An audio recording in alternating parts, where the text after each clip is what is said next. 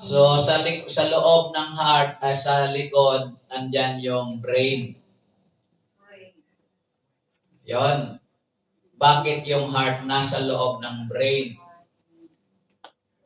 Kasi mahirap na ba kasing ilagay yung heart papunta sa brain at yung brain papunta sa heart. No? Ephesians chapter 4 verses 23 to 27. To be made new in the attitude of your minds, and to put on the new self, created to be like God in true righteousness and holiness. Therefore, each of you must put off falsehood and speak truthfully to your neighbor. For we are all members of one body. If your anger do not sin, do not let the sun go down while you are still angry. And do not give the devil a foothold. Clap your hands for the gospel. Sa aking sariling wika, magbago na kayo ng diwa at pag-iisip, at ang dapat ninyong isuot ay ang bagong pagkatao na nilikhang kalarawan ng Diyos at nahahayag sa matuwid at banal na pamumuhay ayon sa katotohanan. Dahil dito, itakwil na natin ang pagsisinungaling at tayong lahat ay magsabi ng totoo sa isa't isa sapagkat tayo'y bahagi ng iisang katawan. Kung magagalit man kayo, iwasan ninyo ang kayo'y magkasala. Huwag ninyong hayaang lumubog ang araw na galit pa rin kayo. Huwag ninyong bigyan ng pagkakataon ang diablo. Mga minamahal kong kapatid at magulang, ang mabuting balita ang ating kaligtasan. Punuin ka namin, Panginoon.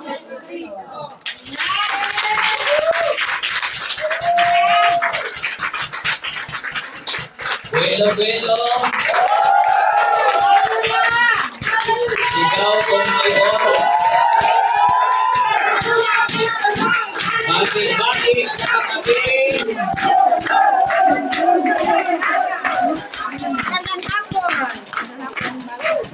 At sabihin ko ngayon sa kanya, kapatid, kay ina mong pagmasdan, kaya-aya, at maligaya, ang iyong aura.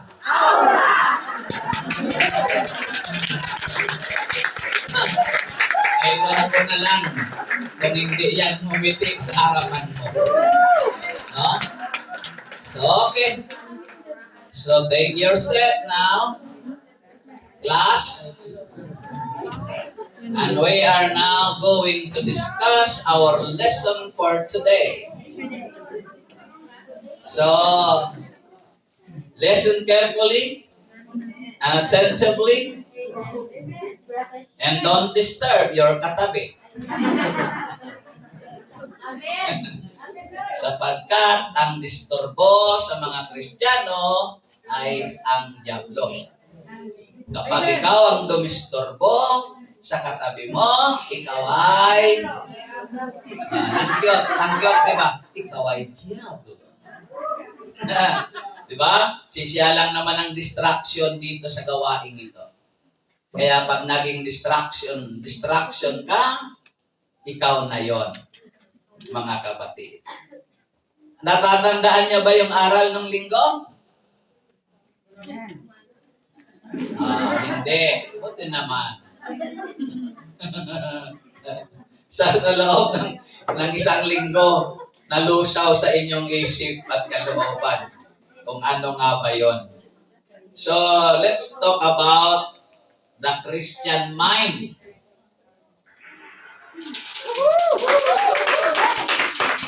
Christian mind. Pag-iisip ng Kristiyano. Taas ang mga Kristiyano. Ano ba? Kristiyanong relihiyon? Hindi Muslim? Hindi Buddha? Hindu? O Kristiyanong pamumuhay? Taas ang Kristiyanong pamumuhay. Yan. Ano nga yung Christian? Christ connected. Christian. Christian. Christ na una. Pinidinugtong ang tiyan. Christian. Connected. Kaya yung ibang prayer partner, abala sa kaiisip kung anong ilalagay sa tiyan. Pag iniwalay mo yung tiyan, yung I-A-N, I am nothing. Kasi nakahiwalay ka sa Christ. Yung I stand for I, and A stand for I am.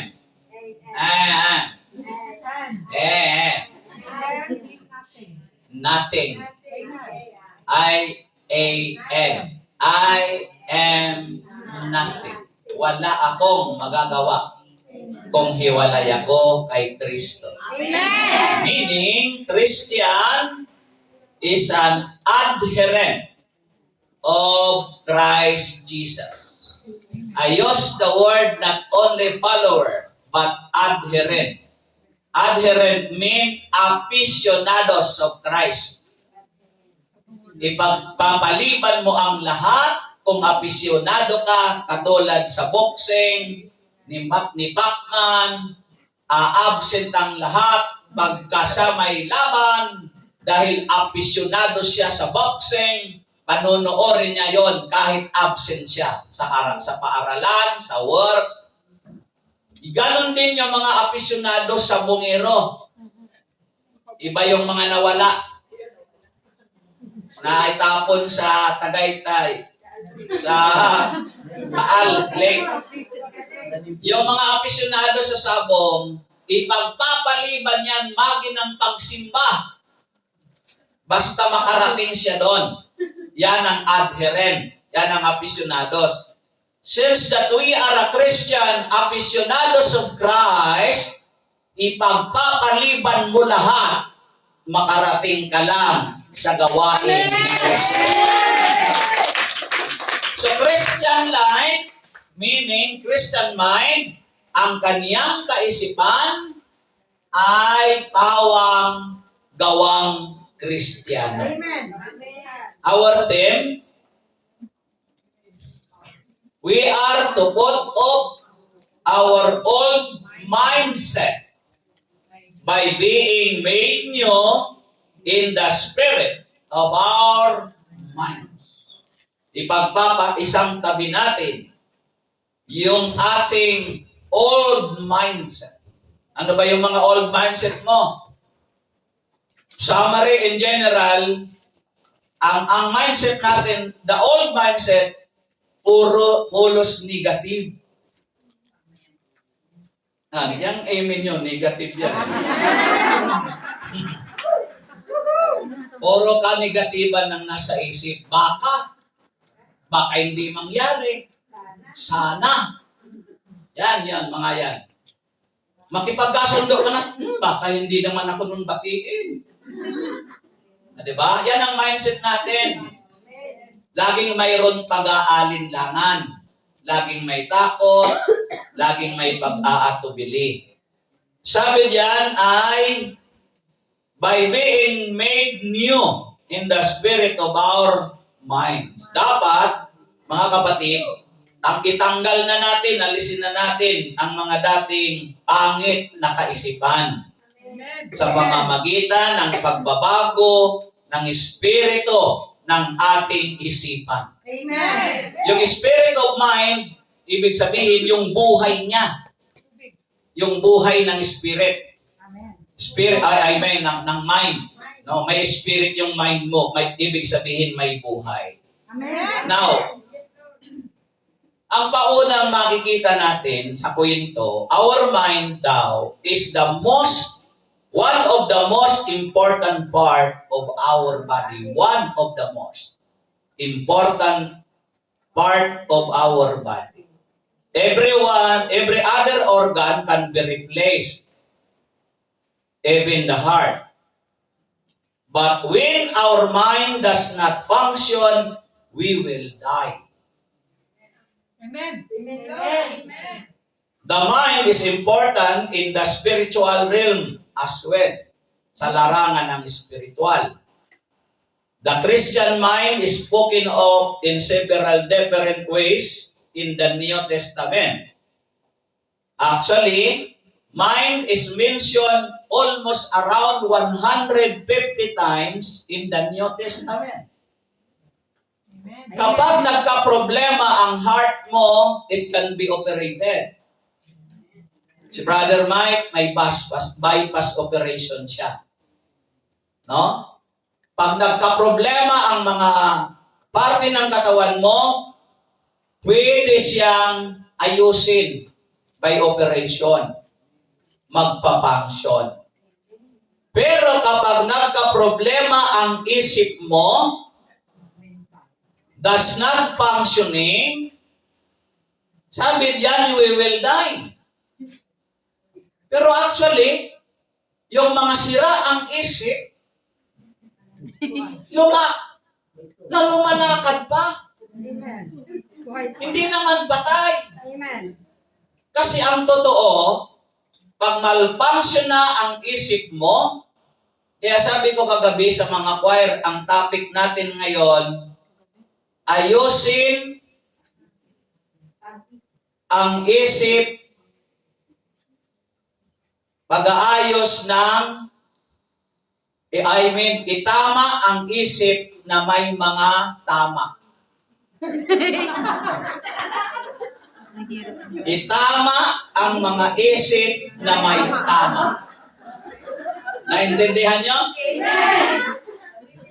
Dahil, kapag ganun ang nangyari, na kapag malfunction na ang isip mo, para ka ng buhay na patay. Kaya sabi doon, you will die. Dahil ikaw na Bisaya, die. No? Kapag nasa Canada ka, or Australia ba yun? To die, you will die. Double murder. Di ba? So yun yung mga malfunction ng isip. Buhay, pero patay. Kaya, ingat ka sa katabi mo. Baka dyan mo makita ang mind, ang patay, pero ang buhay, pero patay. Kaya yung mga naninira sa kapwa, sira din ang isip niya eh. Kaya nga yan naninira. Kasi ang isip niya, sira. May tama yan. Kaya kung ikaw ang sinisiraan niya, alam mo may tama siya sa isip, huwag mo siyang patulan. Dahil pag pinatulan mo siya, dalawa na kayong buhay, pero patay. May mga tama na yan. May kausap pa ba ko? So, ayan na yung ating kahulugan, mga kapatid. Mahalaga pala, sabihin mo, mahalaga ang isip. Mahalaga ang isip. O, sabi ni Sister, ano ba yun? Conception? Sister Sister na yun, Big Conception. Sabi niya, isip. Pero dito sa website, isipin mo, sabi. O, diba? Napunta yung isip niya dito, mga kapatid, sa Panginoon. Okay? So, what Christian mind should be? What Christian's mind should be? Ano ba dapat ang maging takbo ng isip ng mga Kristiyano. Kristiyanong pag-iisip is a renewed mind. Christian mind is a renewed mind. We have been transformed. Dapat nabago na tayo. Amen. I mean, nabago na yung isip. Amen. Eh, di ba? Ano yung unang mga isip pa dati? Puro negative. O isipin nyo ngayon kung ano yung mga isip nyo noon. Lagi sa kapira. Oh, ay, hindi negative yun. Lagi siya inuutos. Ito, binago mo yung nanay ngayon, ang naiisip mo, wala ka ng pera. Ano yung old thinking nyo na puro negative? Yun. O, bakit hindi nyo naiisip yun? Samantalang hanggang ngayon, yung iba, dala-dala pa din yun. Kalimutan. Nakalimutan nyo, hanggang ngayon, nandyan pa rin yan. Kung puro ka negative, noon, hindi mo makalimutan kasi hanggang ngayon, baka yun pa rin. Amen. Di ba? Yung isip ng una natin na palahiganti. Amen. Hindi po yung giant. Ibig sabihin yung vengeance, no? Palahiganti. Yung word ko naman salita, palahigan. Hindi ko naman salita, parang higante. Palahigante, yung gusto mo lagi, gaganti ka. Pagka siniraan ka, sisiraan mo din. Kaya pare-parehas na kayong mga sira. Ano pa? Yung henerasyon to henerasyon, pag kinanti mo yung isang pamilya, umanda ka. Pamilya sa pamilya ang bakbakan nun. Pag inaway ka ngayon, kinalimutan mo na, pero pag inaway mo siya ulit, magkakabalikan ng away. Amen ba? Amen. Dapat matransform tayo. The renewed mind dapat transform. Binago. Romans 12:1. Kaya nga, Mga kapatid. wait, sarado pa yung walang electric power. Kulang, lubat. Kaya nga, Mga kapatid. alang-alang sa masaganang habag ng Diyos sa atin, ako'y nakikiusap sa inyo, ialay ninyo ang inyong sarili bilang isang handog na buhay, banal at lugod-lugod sa Diyos. Ito ang karapat-dapat na pagsamba ninyo sa Diyos. Masagana ang habag ng Diyos. Amen. Amen ba? Amen. Kaya nakikiusap sino? Si Pablo po ang sumulat niyan.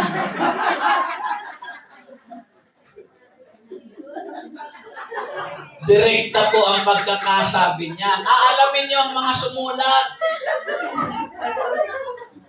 Si Pablo sabi niya, kaya nga mga kapatid, si Yahweh ba tinawag tayong kapatid? Mga anak. Oh, mga anak.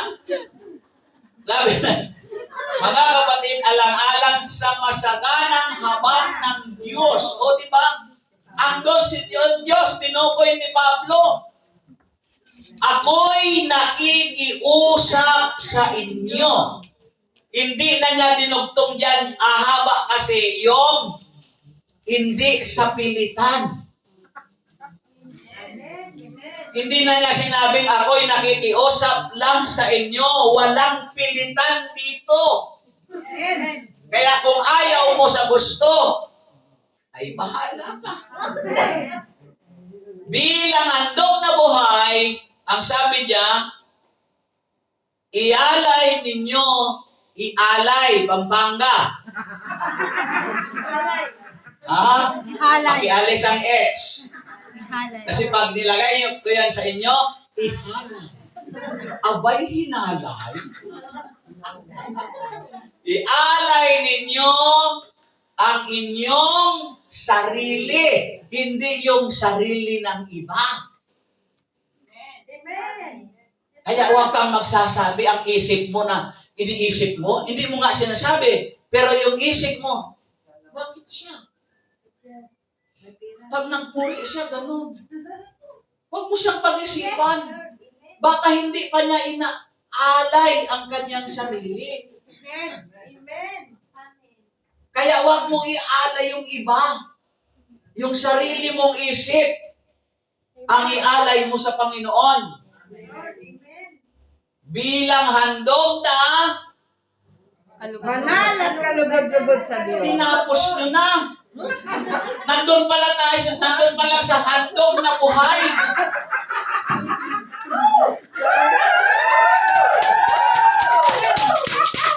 Present-minded ba kayo? Sa bagay, mind ang pinag-aaralan natin. Maybe, but you are an out of mind. Baby? Okay? Handog na buhay, buhay mo na. At pinaging banal. Kaya naging kalugod-lugod sa Diyos. Yan ang acceptable offering. Yan yung karapat-dapat na pagsamba kay Yahweh.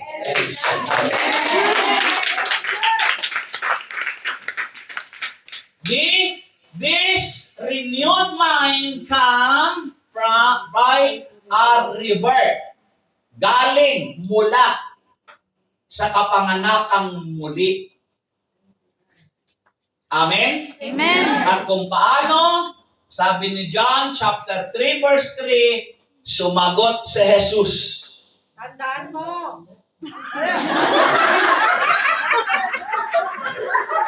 Mr. Lorly, hayaan mo na. Kasi ikaw yan yung present of mind. Alam mo ba yun? Yung iba, out of mind. Alam niyo kung bakit? Lalo yung mga nasa frontliner, sa akin sila titig na titig.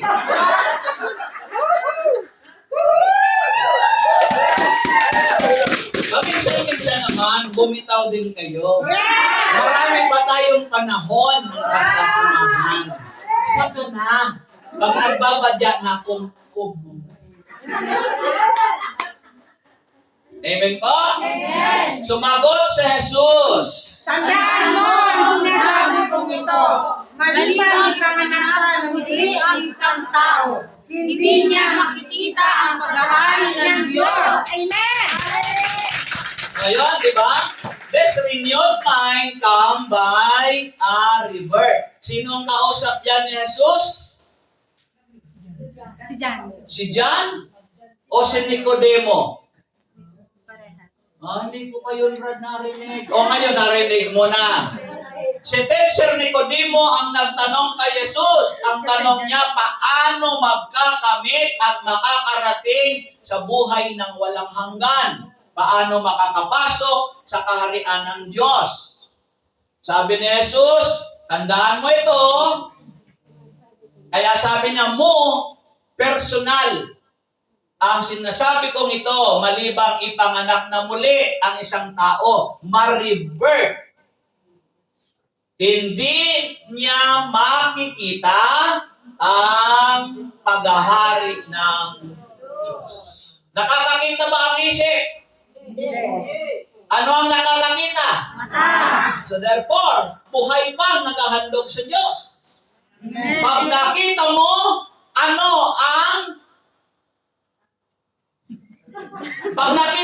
ang iniisip mo? Nagko-connect ba tayo? Parang hindi, Hindi pwedeng isipin mo lang na wala kang nakita. Pag nag-iisip kang walang nakita, ang tawag dyan ay Imagination. imahinasyon. At kapag nag-imagine ka, what will you do? Hindi. Pag kayo nag-imagine, papikit-pikit kayo. Siyempre nag-imagine. Mahirap naman mag-imagine na may nakikita. Imagine na the people. Ayun na. Tuloy ko na. Okay, so yan mga kapatid ko sa Panginoon. No? One Christian mind should be. Number 2 is to be a pure mind. Pure heart naman yun, kapatid. Is to be a pure mind. What do you mean pure mind? Walang bahid na... Pure mind, mga kapatid, it should not be corrupted. Ah, It should not be corrupted. Hindi corrupted ang isip mo. Kasi kapag corrupted, ano bang palatandaan ng mga corrupted ang isip? Isip nanay ang pinag-uusapan. Hindi salita. Pag corrupted ang isip mo, maligalig ka. O, lutang. Nakita nyo yung mga maligalig ang isip? Nagbibilang ng langaw sa himpapawid.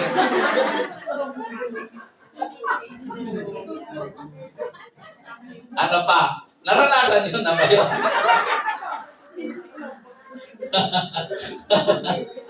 No? Corrupted ang isip, marumi ang isipan. Puro kung kinakailangan pagbibintang ang nasa isip niya. Hindi yan, kapatid, pagsisilos. Corrupted lang ang isip niya. So, kailangan yan walis. Walis-walisan mo ang isip mo, mga kapatid. Okay. The Bible urges us to live a pure way of life. Kasi ang direction ng life natin is not directed by heart. Because the function of heart is just to beat. Tumitibok pa ba ang puso niyo? Amen. And the major function of that heart is to pump. feel. Ang beat niyan, bakit siya tumitibok? Because Emotion. oh, natural yun. Pero bakit ang tanong, bakit tumitibok? Para mag-pump ng blood. So, Yun, medical explanation, Sister Kate. Upang mag-distribute yan ng blood to the vessel, going through the any parts of your body. Maliban lang sa buhok at sa kuko. At hindi yan tinatabla ng dugo at yung ngipin. Dumudugo ba ang ngipin? Hindi. Bakit pagka may dumugo, sabi mo, uy, dumudugo ang ngipin mo. Sus, hindi ngipin dumudugo. Gilagi. Kaya siya nagpapam, nakakita na ba kayo ng sasakyan? Amen. Sasakyan. Amen. Bakit may tao bang sinasakyan?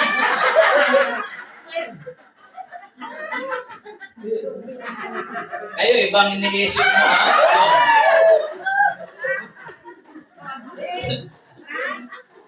Oh, yung mga magulang, pag may mga anak sumasakay. Oo, sumasakay yan. Sumasakay sila. Ginagaya nila ang tatay. Ikaw, sa papakayan. O, di ba, mga kapatid, sa Panginoon? Ano yung sasakyan? Ano ang nagpapatakbo niyan? Makina. Gulong.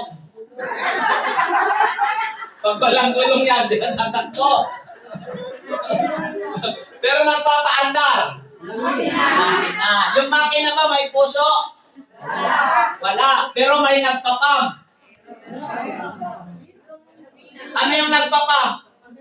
Gasolina daw. Ngayon may dalawa yan. Nagaganon-ganon. Tong, tong, tong, tong, tong. Oh, break yun. Pag nag-break yun, hindi yun nalalakad. Tigil yun. Meron yan, dalawang valvula, parang ano ba? Yung sa loob yan ng makina. Kaya yung nagpapam, dinidistribute nun ang oil, hindi yung gas.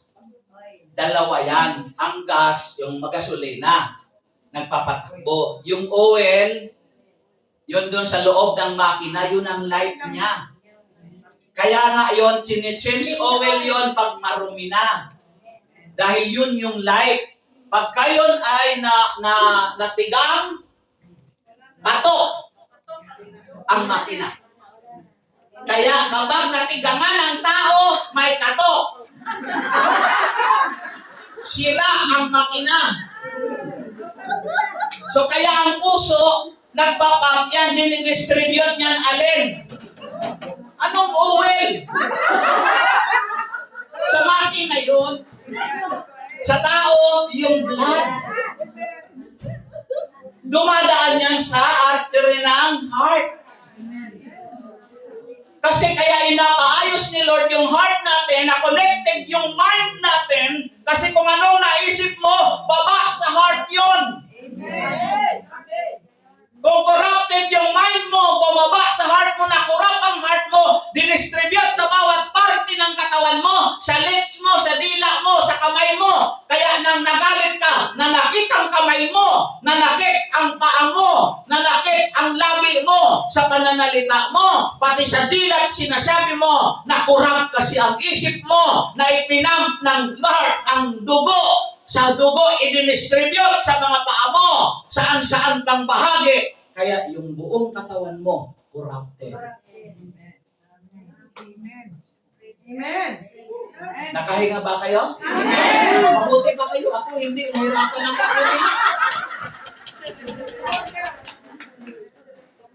So yun, mga kapatid ko sa Panginoon, pure way of life. 1 Peter chapter 1, Pedro kabanata 1 talata 22. Ngayon nalinis na ninyo ang iyong mga sarili sa pamamagitan ng iyong pagsunod sa katotohanan. at nagahari na sa inyo ang tapat na pagmamahal sa mga kapatid. Kaya maalam at kapus-puso kayong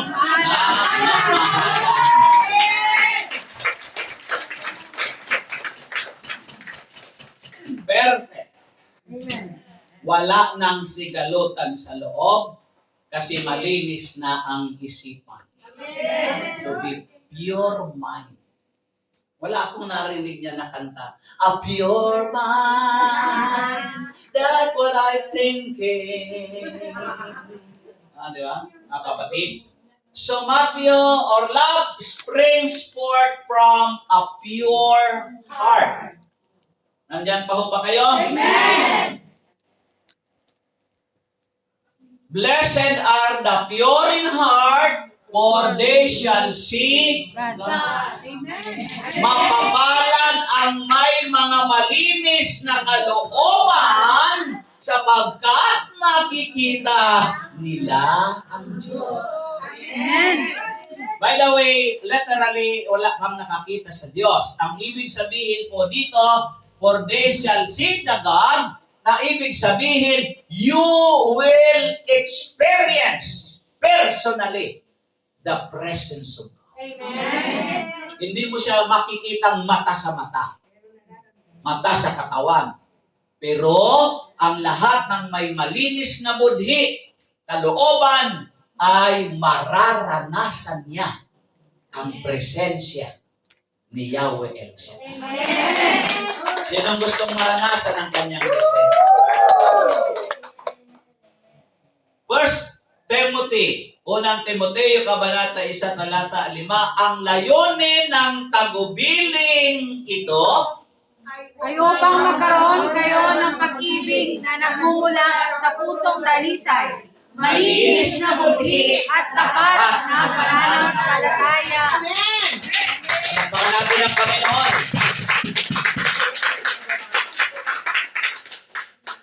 Now, matter of cheating, nandito pa ba ang isip nyo?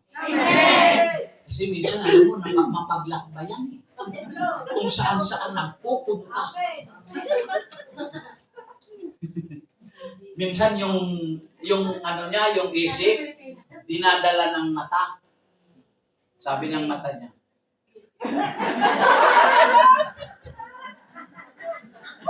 May mga ganyan. May mga pangyayaring ganyan eh. Minsan nakikita ko lang, bigla ako nakakakita ng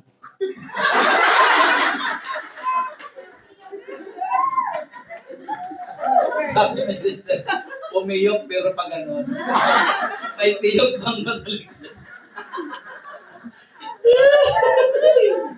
Masaya! Dapat masaya lang talaga tayo eh. Amen! Sinong gustong mamatay agad? Subukan mong maglungkot. Sapagkat ang malungkutin, unti-unting namamatay. Maliban, technical yan eh. Sa lahat ng toko, siguro, mabibilang ko lang ang hindi ko yan na isama. Kasi awang-awa ako doon sa mga, mayroon kasi, but actually, in fairness naman sa lahat, dito mayroon akong mga nakikita na kahit masaya, pero ang mukha niya, ang expression,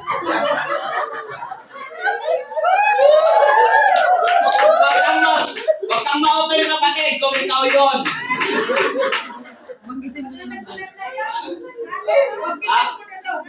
Ako kasi, hindi nga ako doktor, pero hindi ako. Mukhang doktor. At ang pagka-doktor ko ay sa mga physical na ano ng tao, na figure.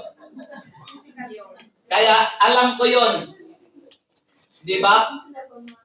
Yun, ano ba yung tawag yung kinukonsulta mo, ang doktor? Yes. Pagka kinonsulta mo ang doktor, sige tanong niya. Kasi inaalam niya kung anong ibibigay niyang gamot. Ako din, pagka-doktor ko, sinusuri ko yung tao. Nalalaman ko ang kalooban, the inner light at saka yung outer light. Kaya nakikita ko minsan, mayroon mga taong masaya. Pero yung mukha niya,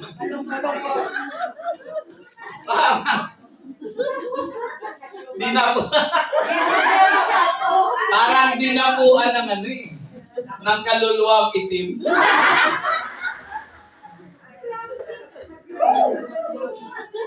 Sabihin mo, Lord, ako ba yun? Kaya, pag-uwi natin yung mindset natin. Okay. It should be a humble. Heart. And mind. Dapat pala may mababang kalooban ang inyong isipan. This is spoken of as the mind of Christ. Humble mind, the mind of Christ. Sinaturingan tayong adherent of Christ. Tagasunod ng Panginoon. Aficionados Christos. Na ipagsasabi nyo, Aficionados Christos. Aficionados Christos. Dayali ko lang yan, huwag niyong tanapin yan sa Google. Wala kayong makikita niyan. No? Ang ibig sabihin niyan ay ano? Ipagpapaliban mo ang lahat. Basta kay Kristo ka. Amen. May tanong. Pinamili. Nakalagay doon dalawa. Halimbawa, Sister Rosalie, napamili. Ang isa, loved one. Isa lang. Isa lang muna. Kahit nga kalahati ngayon, wala ka, di ba? Love what? Christ. Sinong piliin?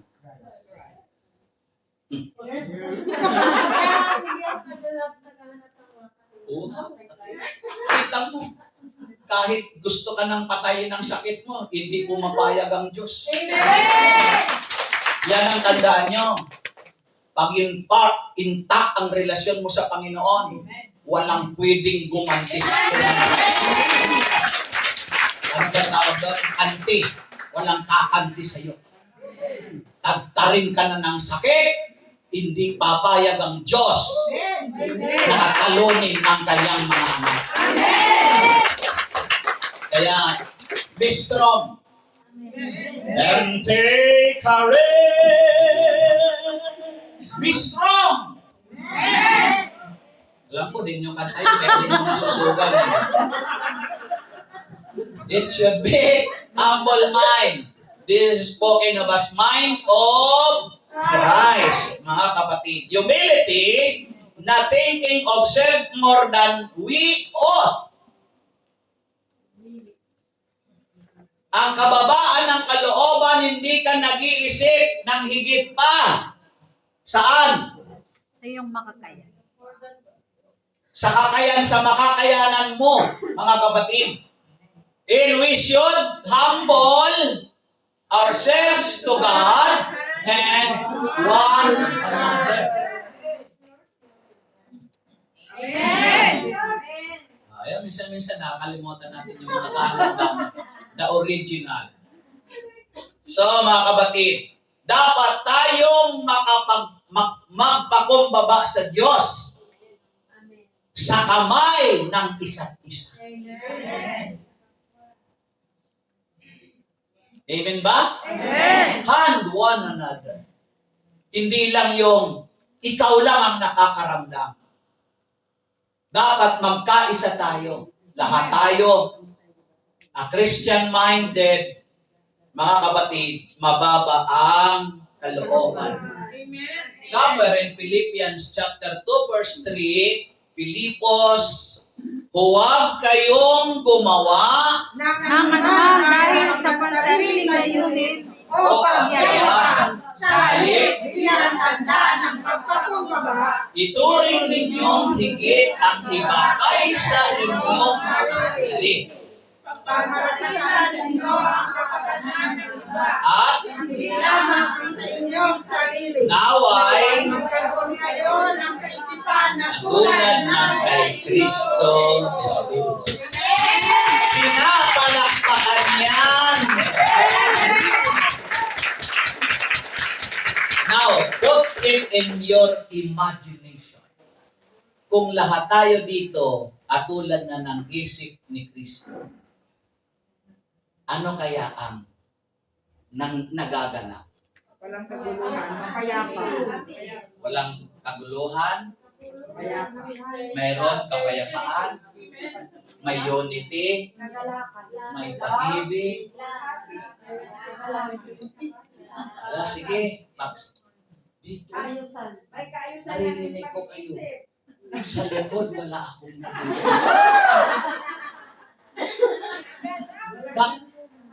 Iba po bang kwentuhan nyo yan?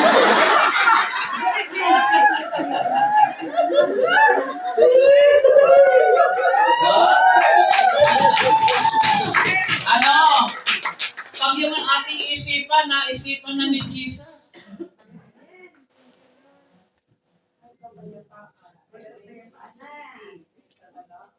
Siguro, nakakita na ba kayo ng kahit nasa kanya-kanya tayong lugar, magkakalayo tayo, pero nagkakaisa tayo?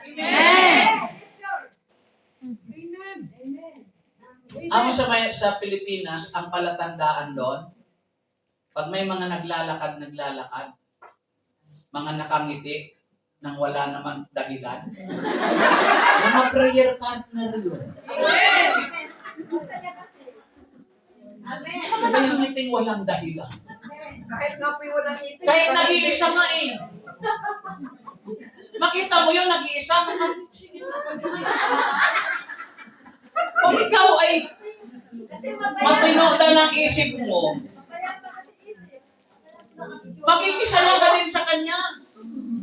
Pero kung corrupted ang isip mo, nakakita kang nag-iisa na nakangiti, umahalakhak pa, ang isip mo, akala mo siya yung may tama. Ang hindi mo alam, ikaw. Anong ako? Ikaw.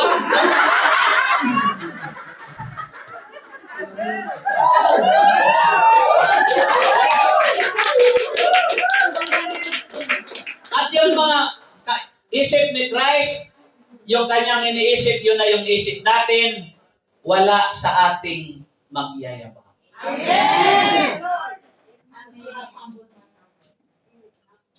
That's a humble mind. Hindi naman yung false humbleness. Sister, ang ganda mo ngayon. Hindi nga eh. Akala mo lang yun. Pero pag talikod mo, sabi,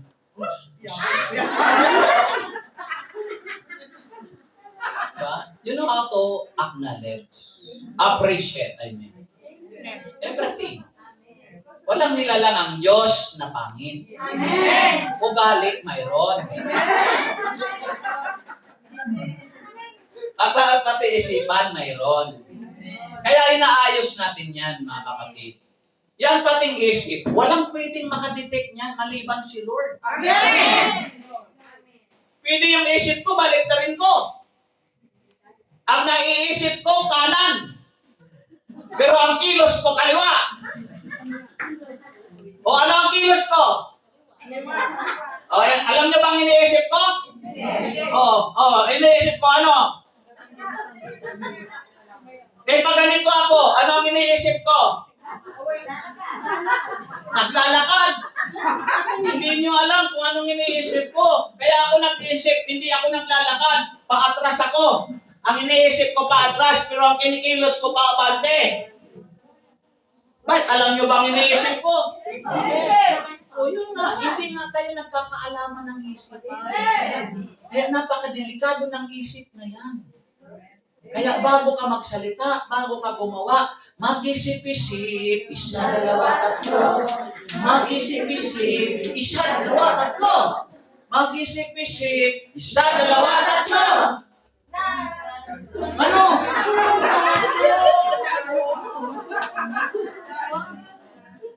Napakadelikado ng isipan. Kaya yan ang masyadong magkasama yan ng heart, mga kapatid, na masyadong nais ni Lord, ayusin natin. Christian mind should be is a ready mind. Amen ba? Alert. Hindi alert. Alert. Ready. A ready mind, one eager to accept truth. Alam mo, tama. Kung binintangan ka, pero alam mo, tama yon. Because you have a ready mind, one eager to accept truth. Kung totoo yon, your mind accepting it. Amen! Hindi ka mangangatwiran. Amen! Amen po ba? Isang handang isip, isang sabik na tanggapin ang mga katotohanan. Because the Word of God is all truth, ready you to accept. Amen! Because you have a ready mind.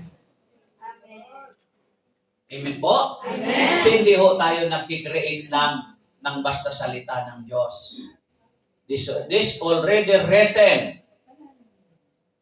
The Rema and the Logos ng salita ng Diyos. Yan na yan ang nakasulat. Kaya tanggapin natin kung ano ang nakasulat. Amen! Mas bukas ang ating isipan.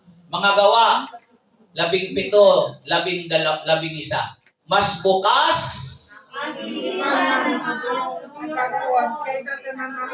Wait. Kung naghahabulan.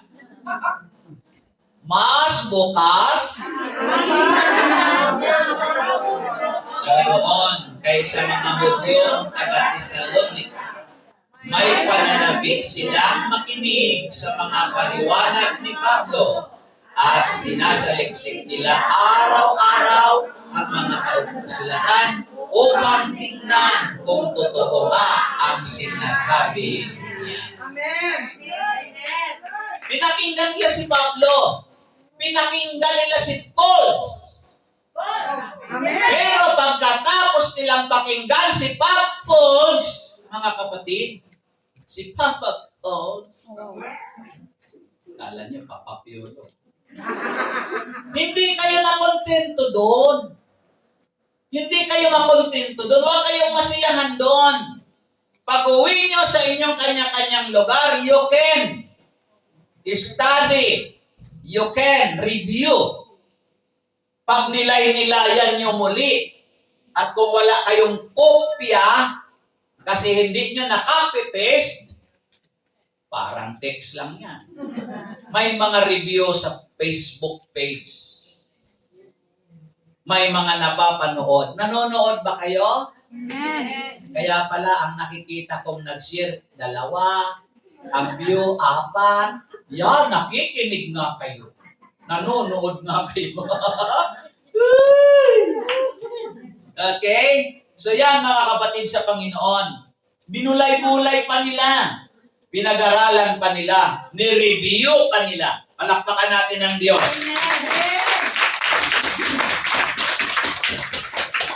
Kanina ko pa pala ito binuksan. Gusto kong uminom. Nakakalibang din magpo. Okay, so eager to do God's will. Nananabi kang gawin ang tungkol sa kalooban ng Diyos. Amen ba? Amen. 2 Corinthians chapter 8 verse 12, for if there is First, a willing mind. It is accepted according to what one has, and not according to what he does not have. So ano yung mayroon ka, hindi kung yung anong wala ka. Amen po ba? Amen. For if there is first a willing mind, nais ba ng isip mo? Gusto ba ng isip mo? Yung mga matinong isip, laging may eagerness yan. Think about God. Amen. Ganyan ang matinong isip. Nag-iisip muna bago mag-email.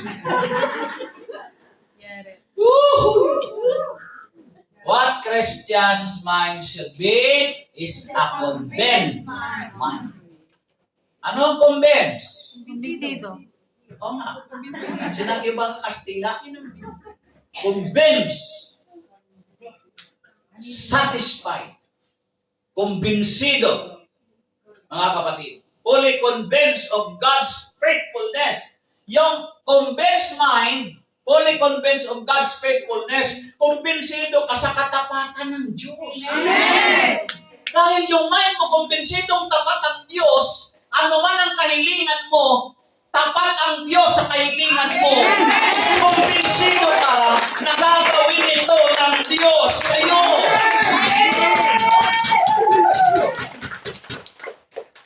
Amen ba? Amen.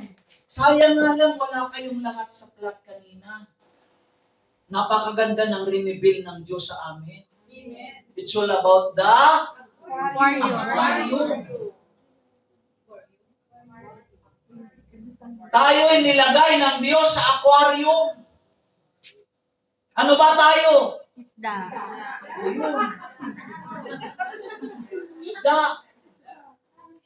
Ano ba yung isda? Iba-ibang Klase. klase. Anong klase? May maliit. May malaki. May Kung mahaba. naiisip nyo na yung maliit, Mahaba. katulad yan, kami, magsama-sama tayo. Sister Floren, sino bang sasala sa amin? Sister Ga, sama ka sa akin. Yan ang uri natin. Matataba. Uniform tayo sa height. Pero din sila, uniform din sila sa katawan. Pero yung isda, iba-ibang kulay, iba-ibang size, iba-ibang pangalan. Amen. Pero nilagay sa isang aquarium of God. Ang tawag sa kanila, Fish pan. isda. Anong fish pond? Aquarium nga eh. Si Sister Kate, kanina ka pa ha? Di ba mga kapatid? Tayo iba-ibang pinanggalingan. Iba-iba ang educational background. Iba-iba rin yung ating environment na pinanggalingan. Iba-iba rin yung training na ginawa sa atin. Magkakaibang lahi. Hindi lahi ng ibang bansa. O ang Bicol, sino mga Bicol? Ang lahi namin, Agta. Sino mga taga Baguio? Benguet. Igoro. Hindi ko alam kung ano dyan sa Ilocano. Hindi, ang taga Batangas, ano bang lahi doon? Batangas. Hindi, pinanggalingan ng original niyan, mayroon. Kaysa-isayan yan. Indigenous people. O, diba? Hindi indigenous. Indigenous people. No? May mga lahi tayong pinanggalingan.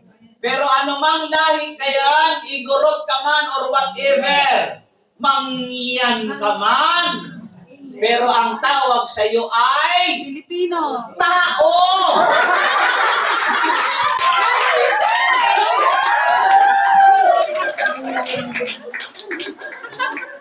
Yan ang pinaka-general na tawag sa human being. Tao. Nilagay tayo ni Lord sa aquarium. Ito yung aquarium ng fellowship na ito. Iba-iba man pinanggalingan. Pero tayo dito, isang worker, isang manggagawa, isang prayer partner. Tao ang tawag sa atin. Tagasunod ni Kristo. Na naniniwala, kumbinsido sa katapatan ng Diyos na kung may kahilingan ka sa takdang panahon at oras na nilagay ng Diyos, tatanggapin mo, kalakasan mo, kagalingan mo, kapayapaan mo, paglaya mo, kayamanan mo, tatanggapin mo sa Panginoon. Amen. Minsan kayo naman dito. Romans chapter 8 verse 38 to 39. Okay. Amen? Amen. Sapagkat Natigiyan kong walang makakapaghiwalay sa atin ng kanyang pag-ibig. kahit Ang kamatayan o ang buhay, ang buhay, ang mga anghel o ang mga kapuluan, at ang mga kapangyarihan, ang kasalukuyan o ang hinaharap, ang kataasan o ang kalaliman, o alinman nila ay hindi makapaghiwalay sa atin sa pag-ibig ng Diyos na ipinagkaloob sa atin sa pamamagitan ni Kristo Jesus, ang ating Panginoon. Ang kawalan mo lang ng pag-asa kung sa loob ng aquarium magpumiglas ka. At pag nakalabas ka sa aquarium, lagot ka sa pusa.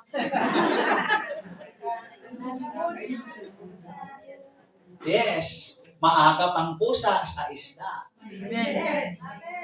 Bilang tao at Kristiyano, prayer partner, pag lumabas ka sa aquarium ni Lord, lagot ka sa demonyo. Amen. Lalapain ka nito. Dahil sabi ng Bible, Satan is like a roaring lion. It's looking someone to devour. Hindi to divorce, hindi yung mga divorcean. Para siyang liyong umaatungal na naghahanap ng masisila. Pag lumabas ka dito, kaya pakisabi sa katabi mo, katabi, nung kang lumabas.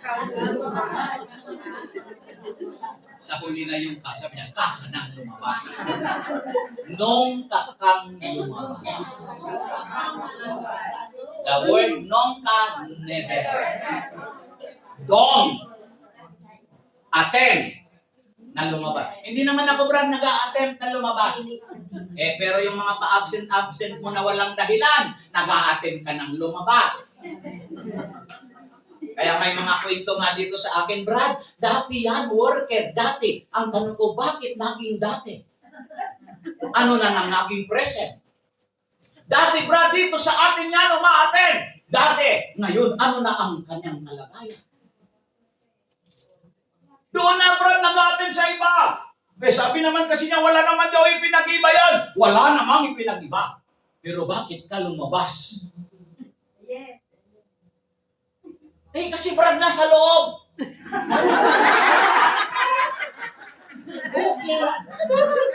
Okay. Titiyakin ko sa iyo yun.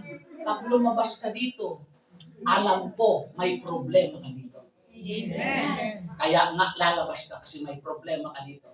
Pupunta ka sa iba, dun mo dadalhin ang problema. Salamat.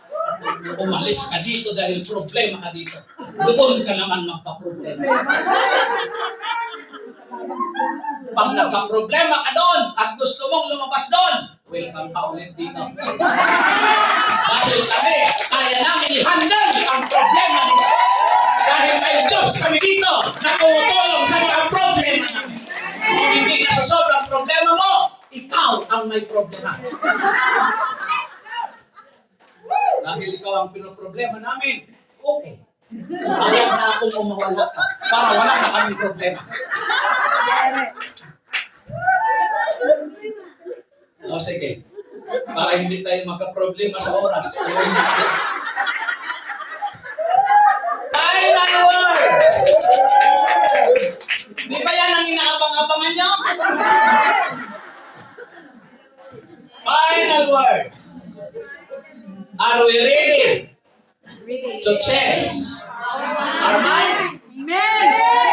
We need to trade in our old minds for one blessing to God. Trade in na natin yan. Hindi lang mga cellphone nyo ang i-trade in nyo.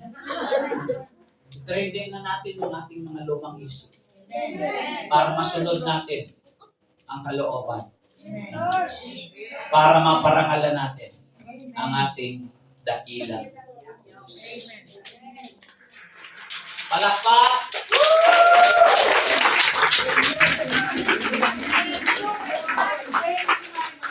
Sabihin nyo nga, Renew my mind, O Lord. hindi ba parang pasigaw? Yung palambing kay Lord, 1, 2, 3, go. Renew my mind, O Lord. Pero ayaw nyo pa man tumayo. So now, thank you Lord because of the renewing of our mind into a Christian mind. You're so good, God. Lord, continue to renew our mind.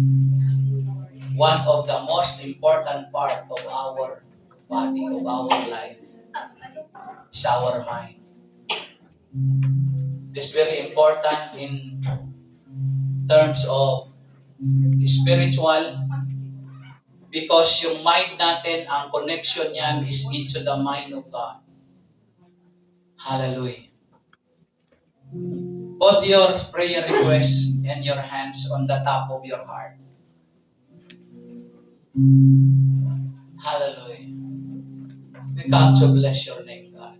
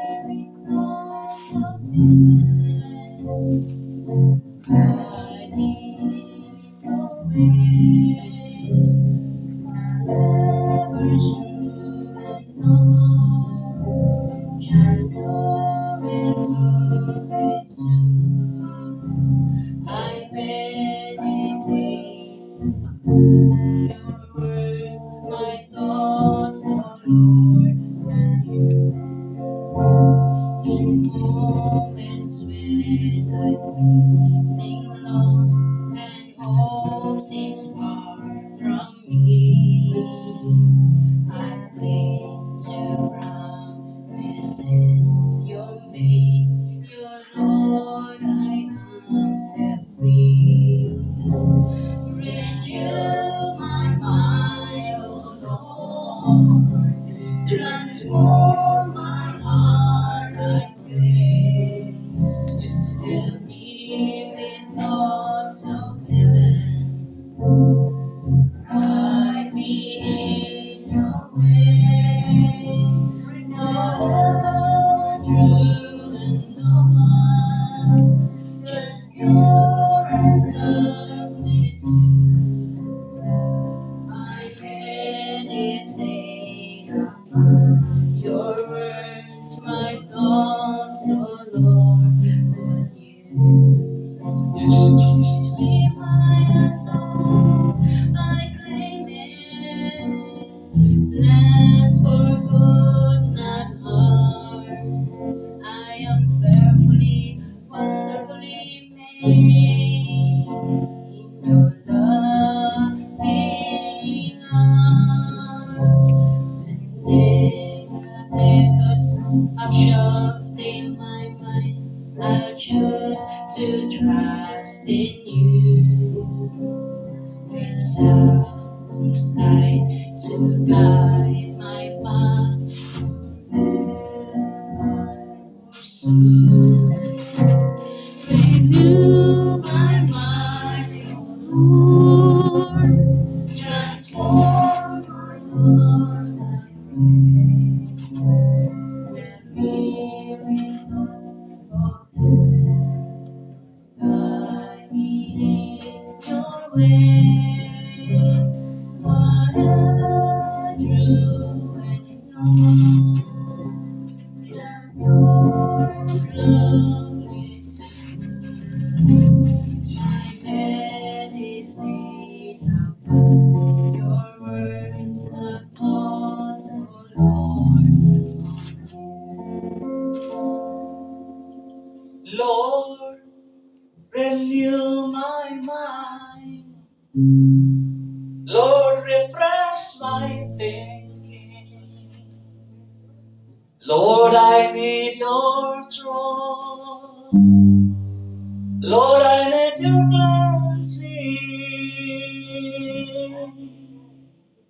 For your truth will set me free.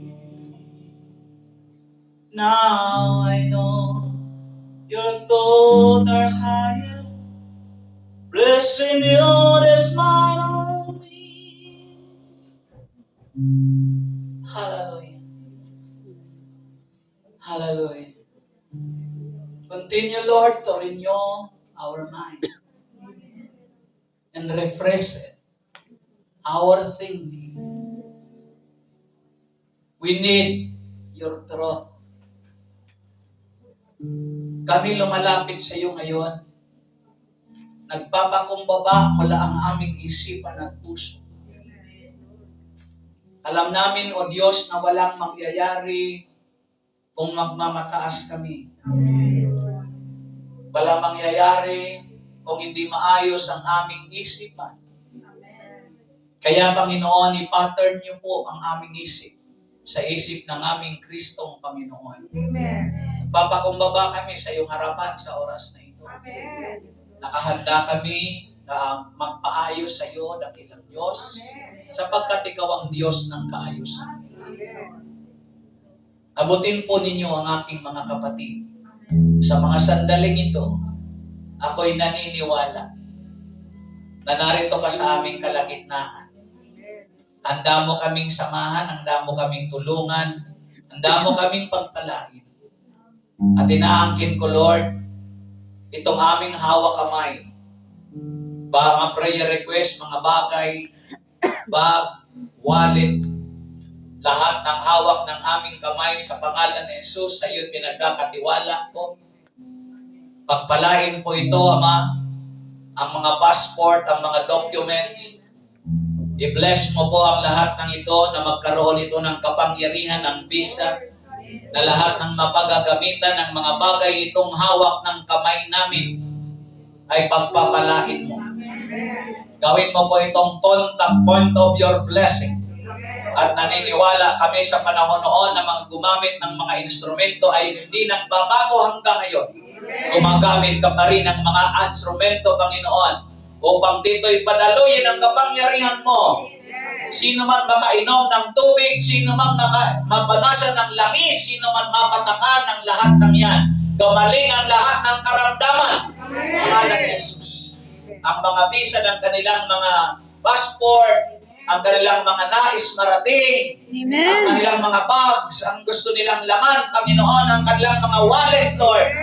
A tremendous blessing from you, Father God. I claim in the name of Jesus. Pakibaba ang lahat ng hawak kamay, itaas ang kamay na magkasama. Magkasamang parang sasalo. Panginoon naming Diyos, sa pangalan ni Jesus, pagpalain mo ang mga kamay na nakasalo sa iyo. Sasaluhin namin ang biyaya at grasya at pagpapala.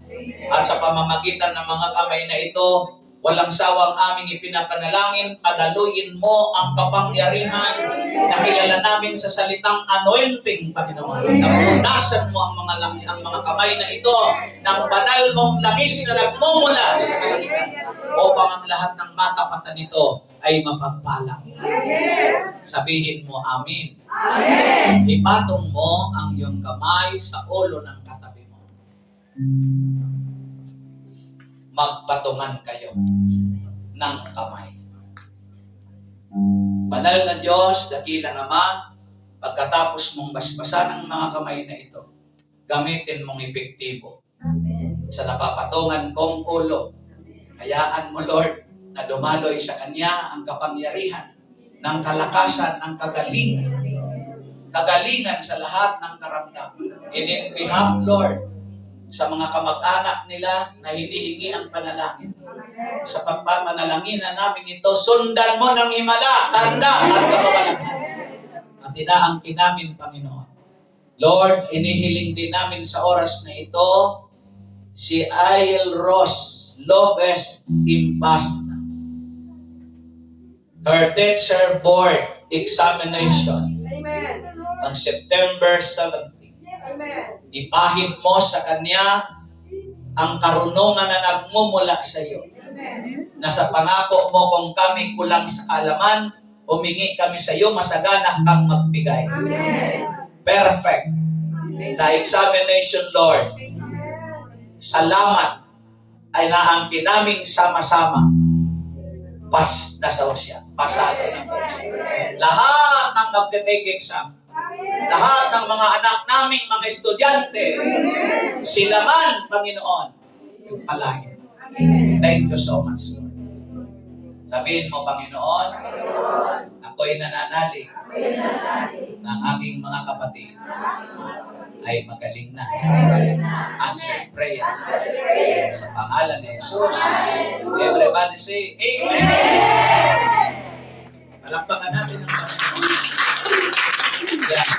Tanggalin niyo muna yung kamay ko sa ulo. Baka pumalakpak kayo nasa ulo niya. Ayan. So, kumusta na yan yung inyong mga handog pagmamahal. Ano ba yan? Lahat pagmamahal kay Yahweh. Ako may patutuo na ako. Although partial pa lang. Sa pagdating doon sa family, ang hiningi ko, of course, yung family ko, yung work ng mga anak ko, yung kalusugan ng mga apo ko,